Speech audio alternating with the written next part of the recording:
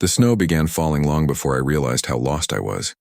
The sky had turned from gray to a shade of pewter that pressed down on the pines like a heavy hand, and the wind carried the kind of cold that bit through my cloak and stung the skin beneath. I had left the wagon road hours ago, thinking the path that wound through the birch trees would be shorter to the next settlement. Foolish maybe, but I was desperate to find somewhere to rest, to hide, to start again. When the first flake touched my cheek, I had whispered a prayer that it might just be a light dusting. But the mountains had other plans. The storm rose with a fury that felt almost personal, as if the heavens themselves wanted to test what was left of me.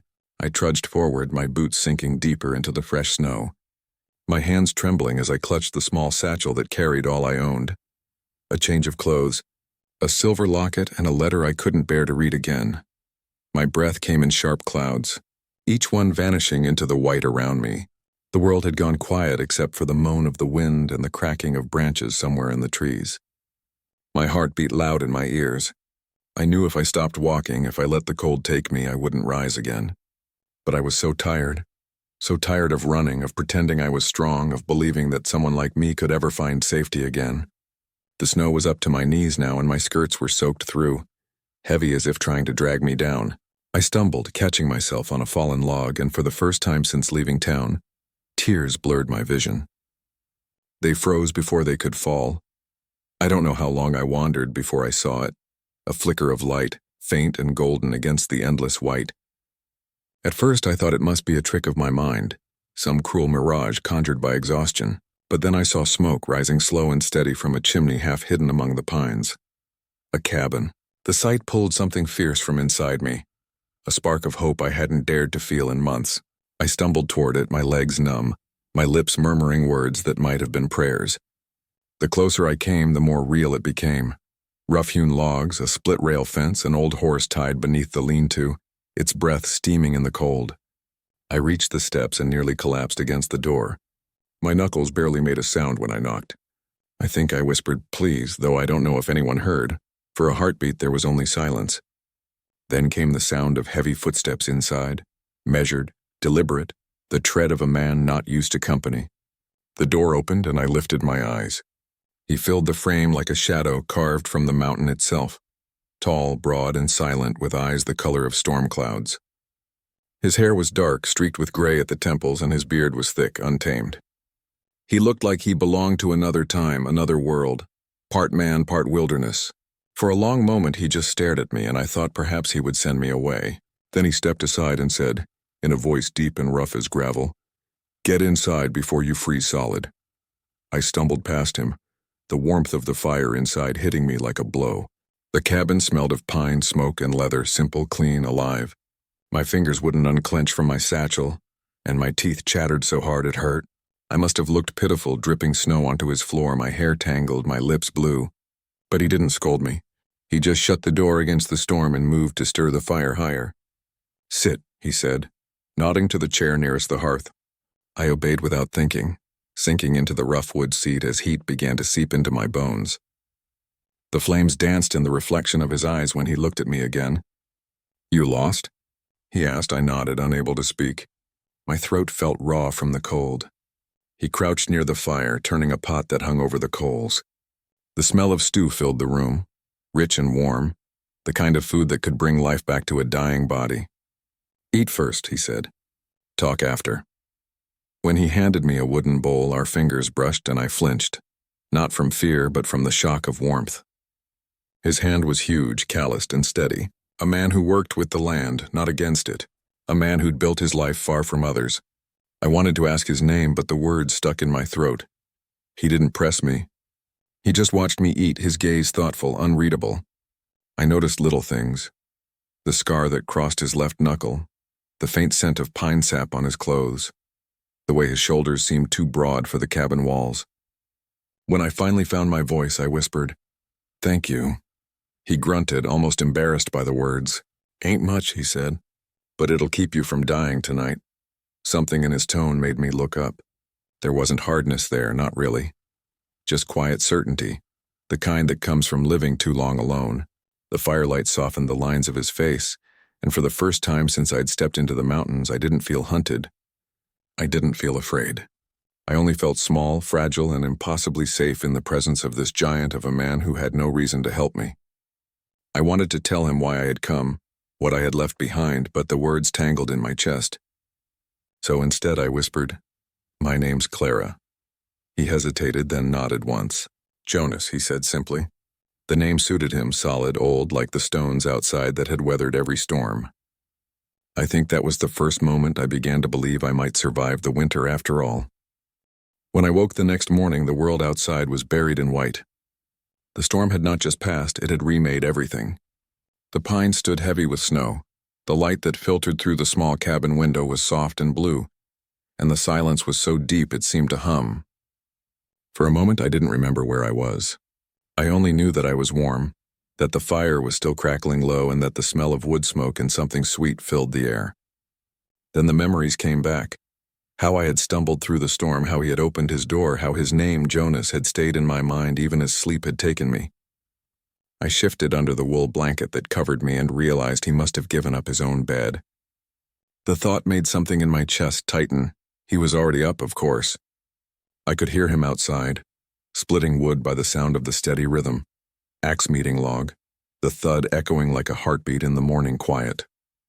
I sat up slowly, my body sore but alive. My clothes had been dried and folded near the hearth. A clean shirt, too large for me, was draped over a chair. I blushed, realizing he must have seen the state I'd been in, frozen and half-conscious, yet nothing about his care had felt improper. Everything about him, the way he'd fed me, the way he'd kept his distance, spoke of a man who had learned restraint the hard way. I slipped into the shirt, rolled up the sleeves, and moved toward the fire to warm my hands. When the door opened, the cold came in with him, curling around his boots before he shut it again. He looked almost the same as he had last night, tall, solid, quiet. But there was a faint dusting of snow in his beard, and the way he glanced at me held something softer than before. "You're awake," he said simply, setting the armful of wood near the stove. "Good, you need food." His tone was gruff but not unkind. I nodded, and he handed me a tin cup of something steaming. It was coffee, bitter and strong, and it burned all the way down. I hadn't tasted coffee since before everything had gone wrong back home, and the warmth of it made me want to cry again. I turned my face toward the window instead, pretending to admire the morning light. For a long while we said nothing. He cooked in silence, meat sizzling in a pan, the smell of it filling the room, and I watched him from the corner of my eye. There was a steadiness to the way he moved, a quiet patience that made the small cabin feel safer than any church I'd ever prayed in. When he finally set a plate before me, I whispered another thank you, and he nodded, sitting across the table but not eating until I'd started. I realized then that he was watching, not with suspicion, but as if making sure I had enough. It was such a simple thing, yet no one had ever looked at me that way before. Days passed like that, quietly, one after another. The storm kept us snowbound, and the world outside turned into a white silence that made time slow. I began to learn his ways. How he stacked the wood so the cabin stayed warm through the night. How he spoke little but listened deeply when I did. How he never asked questions I wasn't ready to answer. At first I kept to myself, helping where I could, washing dishes, mending torn shirts, sweeping the floor just to keep busy. But slowly, the fear I carried like a second skin began to ease. There was something about Jonas's stillness that drew the noise out of my head. He didn't ask about the bruises that had faded on my wrists or the reason I flinched when thunder rolled. He just gave me space to breathe. Sometimes at night I would catch him sitting near the fire, carving small figures from wood. Animals mostly, bears, elk, once even a tiny sparrow. His hands were too large for such delicate work, yet the pieces he shaped were beautiful in their simplicity. I remember asking him once why he carved them. He shrugged, his eyes on the little bear in his palm. "Keeps my hands busy," he said, "and the mountains get lonely." I wanted to ask if he'd always been alone, but the question felt too intimate, like touching a wound. So I just nodded and went back to sewing, though part of me wanted to tell him that I knew a thing or two about loneliness too. As the days turned into weeks, the silence between us began to change. It wasn't empty anymore. It was full, of the soft scrape of his boots on the floor, the steady sound of his breath when we worked side by side, the rare moments when his laughter rumbled low, surprising us both. Sometimes he'd tell me about the land, The way the elk migrated, how the river froze thickest near the bend, how spring would come late this year. His voice was deep, slow, like the mountain itself was speaking through him. And when I listened, really listened, I began to feel something stir in me that I hadn't felt in so long, peace.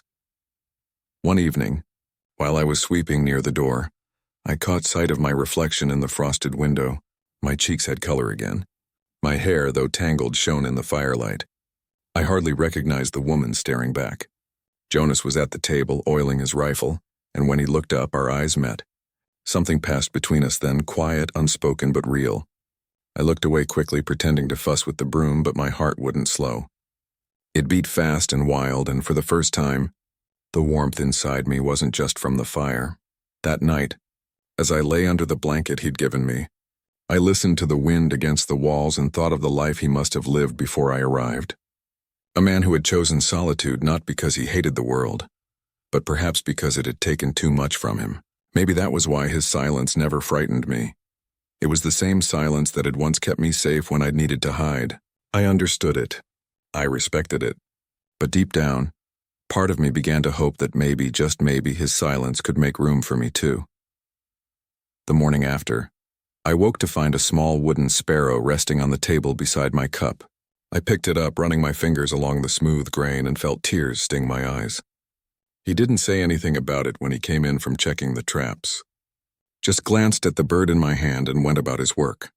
But I saw the faint curve of a smile beneath his beard, and it made the cabin seem warmer than the fire ever could. I didn't say thank you this time. I didn't have to. He already knew. It was sometime in late February when I finally told him the truth. The storms had softened by then, though the snow outside still reached the fence line, and the sun glinted off it in a way that made the world seem almost gentle. We'd spent weeks living in that small rhythm, his quiet strength my slow recovery, and though we still spoke little, I'd come to hear more in his silences than in anyone's words before. Maybe that's why, when the words began to press against my throat that morning, I knew I couldn't keep them inside any longer. Jonas was sitting by the window, mending a strap for the sled, the light catching in his hair. I was stirring the pot on the stove, pretending to focus on the stew, but my heart was pounding so loud I could hardly hear the spoon scrape the bottom of the pot. I wasn't lost, I said finally, my voice small in the stillness. He looked up, slow and steady, his hands stilling on the leather. For a long moment he didn't speak. Then he said, "I figured." That was all, but somehow it made my chest ache more than any lecture or judgment could have. I turned toward him, the truth spilling out like water breaking through a dam. I ran away. My father wanted me to marry a man twice my age, a merchant from the valley. He said it was a good match, that I'd have security, a home, everything a woman should want. But the man was cruel, Jonas, everyone knew it. He'd already buried 2 wives. And my father... I swallowed hard, staring at the floor. He didn't care. He just wanted the debt paid. The words came easier after that, though each one burned. I told him how I'd left in the night, how I'd taken only what I could carry, how the cold had nearly taken me before I found his cabin. Jonas didn't move for a long time. When he finally did, it was only to set down his tools and lean back in his chair. "So that's why you looked like you were running from a ghost," he said quietly. I nodded, my hands trembling. I thought maybe if I got far enough I could start over. But I don't know where to go now. The snow, it trapped me here. He was silent again, his gaze thoughtful but never judging. Finally, he said, "Maybe it trapped you where you were meant to be." The words hung between us, soft but solid, like stones in a river. I didn't know how to answer. All I could do was look at him, the man who had taken me in without question, who had shared his fire and his food and his silence, and feel something shift inside me. Gratitude, yes, but something else too. Something that scared me more than the mountains ever could. After that day, something changed between us. Not in words, but in small gestures. The way he'd pour an extra cup of coffee before I woke. The way I'd mend his gloves without being asked. The distance that had once felt like protection began to feel like a line we were both afraid to cross. And yet, The more time we spent together, the less that line seemed to matter. One evening, when I was bringing in firewood, my hand slipped on the latch, and the door caught my arm hard enough to bruise. Jonas was across the room before I could even speak. "You hurt?" he asked, his voice rougher than I'd ever heard it. "It's nothing," I said quickly, embarrassed by the worry in his eyes. But he took my wrist gently, turning it in his massive hand. His touch was careful, reverent even, as if afraid I might break. "You ought to be more careful," he murmured, and though the words were simple, the warmth in them spread through me like sunlight after a long winter. Sometimes I'd catch him watching me, not with hunger or possession, but with a kind of quiet wonder, as if he couldn't quite believe I was real. Once, when I laughed at something small, the way the dog tried to chase snowflakes, he smiled so faintly I thought I'd imagined it. I hadn't realized how rare his smiles were until I saw one. It lit the whole cabin, the kind of smile that made you want to protect it, keep it from fading. "Didn't think you knew how to laugh," he said, teasing softly. "Didn't think I'd have reason to," I replied. He looked away then, but I saw the faintest color rise beneath his beard. The thaw came slowly, but it came. The river began to sing again, and the birds returned to the pines. I helped him tap the trees for sap, carried water, learned how to bake bread in his old iron pot. There were days when I forgot to be afraid, when the mountains felt less like a cage and more like a sanctuary. Once I asked him why he'd chosen to live up here all alone. He didn't answer right away. Then he said, "Lost someone once. Didn't see much sense in talking after that." His eyes went distant, and I knew better than to press. We carried our pasts differently, mine like a shadow that followed too close, his like a weight he'd buried deep in the snow. But we both carried them, and somehow knowing that made mine easier to bear. It was late one afternoon when he surprised me by saying, "You can stay here if you want." I froze, the broom still in my hand. "Stay?" I repeated. He nodded, not looking at me. "Cabin's big enough for two. You've got nowhere else to go, and I reckon I've gotten used to your cooking." The faintest smile tugged at his mouth. My heart fluttered so wildly I had to turn away to hide it. "I don't want to be a burden," I said softly. "You ain't," he replied, simple as that. I wanted to thank him, but my throat tightened too much for words. That night I couldn't sleep. I lay listening to the wind through the chimney and the steady rhythm of his movements as he banked the fire. The cabin was dim, the light flickering across the walls, and when I looked over at him, something in me ached with a strange, sweet pain. I realized then that what I felt for Jonas was not just gratitude. It was something deeper, slower, more dangerous. A warmth that had crept into my heart the way spring seeps into frozen ground. And though I knew I shouldn't, I let myself imagine just for a moment what it might be like if the thaw never ended. Spring crept into the mountains so softly that at first I hardly noticed. The snow melted in secret, leaving behind patches of green that spread like whispers across the hillside. The river ran faster, louder, as though it had been waiting all winter to sing. I began to open the windows during the day, letting in the scent of pine and thawed earth, and each time the breeze touched my skin, I felt something inside me stir, something alive, fragile, and new. Jonas didn't speak of the change, but I could see it in the way he moved. The long months of winter had shaped a rhythm between us, and now that rhythm had settled into something almost peaceful. We worked side by side as if it had always been that way. Him repairing the roof, me tending to the garden patch we'd carved from the frozen ground. Sometimes, when he thought I wasn't looking, I'd catch him watching me, not in the way men in towns used to look, judging, appraising, but in quiet observation, as though he were memorizing the shape of the moment itself. Once, when I turned suddenly and met his gaze, he looked away too quickly, pretending to check the axe blade in his hand. I smiled to myself then, though I didn't say anything. It felt like some delicate understanding was growing between us, one we both feared to name lest it shatter. We spoke in small exchanges about weather, about chores, about the mare he was trying to break, but beneath every word, there was a current I could feel even in silence. The cabin, once only a shelter from the storm, had become something else, a home. Each sound, each movement carried a strange comfort. The creak of the floorboards when he walked, the low hum he made when sharpening his knife, even the sound of his boots by the door. All of it became part of the rhythm of my days. I found myself waking before him sometimes, watching the dawn spill through the cracks in the shutters and listening for the steady breath that came from his side of the room. That sound anchored me more than any prayer ever had. I'd never told him, of course, but the truth was simple. I felt safe because he was there. For someone who'd lived too long in fear, safety felt like love, even if I dared not call it that yet. One afternoon, I was hanging laundry outside when the wind caught the line, snapping it loose. Before I could reach it, Jonas was there, his big hand steadying the pole, his voice low and calm. "You've got to tie it tighter, or the mountain'll take it," he said, his breath warm against the chill air. I nodded, trying to focus on the rope, but my fingers fumbled with the knot. Without a word, he stepped behind me and took my hands in his.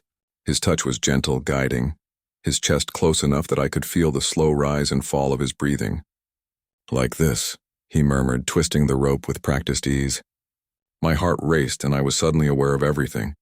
The roughness of his hands, the steady strength behind his movements, the quiet patience that made me want to lean back into him and forget the whole world. But he stepped away as soon as the knot held, as though he too was afraid to linger. "That'll do," he said simply, and went back to chopping wood. I stood there for a long while, the scent of pine and smoke swirling around me, trying to calm the tremor in my hands. That evening, as the sun sank behind the peaks, I found him sitting outside the cabin, staring toward the valley. The light caught the edges of his face, softening the lines I'd come to know so well. I hesitated before joining him, unsure if I was intruding, but he didn't look away. Instead, he patted the step beside him. "Come see," he said. The world before us stretched wide and wild, the river glinting like glass, the air sweet with melting snow. "Never gets old," he added. "I used to think I'd be fine seeing it alone every day." But his voice trailed off. He didn't finish the thought, but he didn't need to. The silence that followed said everything. I looked at the mountains, then at him, and whispered, "Thank you for letting me see it with you." He turned then, his gaze steady and kind. "Ain't letting you see it," he said quietly. "You earned it." I didn't know what to say. I just nodded, feeling something warm bloom in my chest. For a long time we sat there together, saying nothing, just watching the sky fade from gold to violet. His shoulder brushed mine once. Barely, accidentally, and yet it felt like the whole world held its breath in that moment. The days lengthened. The thaw became rain, and the rain brought wildflowers that scattered across the meadow like spilled paint. Jonas built a small pen for the mare, and I planted herbs in the soil near the porch. Every evening we'd eat by the fire, the air filled with the sound of the river and the soft creak of the old cabin. Sometimes he'd tell me stories, of trapping seasons long ago, of the time a bear wandered right up to his door, of the way the mountains taught patience. He didn't talk about himself much, not directly, but the way he spoke of the land told me everything I needed to know. He belonged here, not as a hermit or an outcast, but as part of the very earth beneath us. One night the rain came hard, drumming on the roof like a song. I woke to the sound of it and found him by the fire again, mending a piece of tack. The light flickered across his face, and for a moment I just watched him, unseen. There was a softness to him when he thought no one was looking, a gentleness that lived beneath the roughness like the river under the ice. When he noticed me awake, he said quietly, "Couldn't sleep either." I shook my head, wrapping the blanket tighter around my shoulders. He gestured toward the chair by the fire. "Sit a while. The rain sounds better when you're listening to it." I joined him, the warmth of the fire between us, the steady rhythm of the storm outside. We didn't speak after that. We didn't need to. The silence between us wasn't empty anymore. It was full, of trust, of gratitude, of something that might have been love if either of us had been brave enough to name it. I think that was the night I realized I didn't want to leave when spring came. The world beyond the mountains no longer called to me. Everything I needed was here, in this small cabin, in the steady strength of a man who spoke little but gave everything in his quiet way. And though I still couldn't say the words aloud, I knew them as surely as I knew my own name. He had saved me, not just from the storm, but from the life I'd been running from. By the time summer came, the mountain was alive with sound again. The rush of the river, the low hum of bees among the wildflowers, the soft rhythm of Jonas's hammer as he mended the fence posts by the pasture. The days grew long and golden, and sometimes I would forget that the world beyond the peaks even existed. It wasn't that I meant to hide from it. It was just that the cabin had become enough. The air smelled of pine and sunlight, and the valley below shimmered like a dream I no longer wished to return to. I often found myself humming as I worked, small songs my mother had once sung when I was little. Jonas never said much when he heard me, but more than once I caught him pausing outside the door listening. There was a quiet joy in those moments, the kind that didn't need to be spoken. He built a porch that spring, saying it was about time the cabin had one. I knew he was really making it for me. "You like sitting outside," he said, setting the last plank in place with a sure tap of his hammer. "Reckon you should have a spot to do it proper." I smiled and brought him water, my fingers brushing his rough ones as I handed over the tin cup. He didn't pull away that time. His hand lingered for a heartbeat longer than needed, and when our eyes met, something in his gaze softened.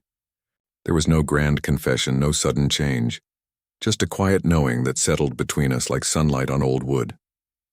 We didn't need to say what had already grown so clear. By midsummer, I began to notice that the thought of leaving no longer crossed my mind. The world I'd fled felt like something from another life, another woman's story. The fear that had once ruled me had melted away, replaced by something steady and warm. Jonas never spoke of the future, but I could see it in the small things he did. The way he built an extra shelf for my things. The way he asked which herbs I wanted planted near the door. The way he looked at me now with a tenderness that spoke more than words ever could. Once, when I burned my hand on the kettle, he was there in an instant, his big hands cradling mine as though it were made of glass. "You've got to be careful," he murmured, his thumb tracing over the spot gently. I remember whispering, "I'll try," and he smiled, just barely. But it was the kind of smile that stayed with me long after. The night everything truly changed was quiet and golden, the kind of evening that seems to hold its breath. The air smelled of rain, though the sky was clear, and the river shimmered silver in the dusk. We sat together on the porch he'd built, watching the light fade behind the peaks. For a while we spoke of simple things, the elk trails, the berries ripening early, but beneath the small talk I could feel something else gathering. A truth that had been waiting patiently all these months. "You ever think of going back?" he asked suddenly, his voice low. I hesitated, the question catching me off guard. "Back where?" I asked softly. "There's nothing left for me there." He nodded as though that was what he'd expected, but there was something unreadable in his eyes when he turned toward the mountains again. After a moment, I said quietly, "Do you ever wish you'd gone somewhere else? Away from here?" He didn't answer right away. Then he said, "Used to. Thought maybe if I kept moving, I could outrun the emptiness. But the thing about loneliness is it follows you no matter how far you go. Till one day it don't." He turned his head then, and our eyes met in the fading light. "Since you've been here, the quiet ain't so heavy anymore." His words sank deep like roots finding soil. I wanted to speak, to tell him that he'd saved me in more ways than he could ever know. But all I could manage was, "You make me feel safe, Jonas." He looked at me for a long moment, and then with a care that made my breath catch, he reached out and brushed a stray lock of hair from my face. His fingers were rough, but his touch was impossibly gentle, as though he were touching something sacred. "You are safe," he said quietly. The words were simple, but they broke something open inside me, something I hadn't realized I'd been holding shut for years. I didn't cry, though I wanted to. I just looked at him and whispered, "I don't ever want to leave." He nodded once, his jaw tightening as if he were holding back words of his own. Then, in a voice barely above a whisper, he said, "Then don't." From that night on, it was as if the mountains themselves had accepted me. The world outside still turned, but here, in our small corner of it, life found a new rhythm. We rose with the dawn, shared coffee by the fire, worked side by side, and spoke in the kind of silences that only two hearts who understand each other can share. There were no promises spoken, no declarations of love carved in words, but everything he did was a promise in itself. The way he set his hand at the small of my back when we walked down to the river, the way he left the lantern burning low when I couldn't sleep, the way his voice softened when he said my name. Sometimes I would catch him looking at me the way a man looks at sunlight after too many winters. And each time I felt that same warmth bloom inside me, quiet and sure, The world called him a giant, tall, broad, rough as the land he lived on. But to me, he was something else entirely. He was gentleness disguised in strength, a steady shelter in the wild, and the first person who had ever taught me what safety truly meant. As the first snow of the next winter began to fall, I stood on the porch and watched the flakes drift down. Jonas came up beside me, his arm brushing mine, and for once he didn't pull away. "Storm's comin'," he said, his voice calm. "Reckon we'll be snowed in again." I smiled, leaning just slightly against him. "Then I suppose it's a good thing I'm home." He looked down at me then, the faintest smile touching his lips. "Yeah," he said softly, "it is." And in that moment, with the snow swirling around us and the mountain standing watch, I knew the truth of it. Home wasn't the cabin or the valley, or even the shelter he'd given me that long winter ago. Home was him, the man whose silence had taught me peace, the giant whose touch had saved me, the mountain and the heart I would never again have to face alone.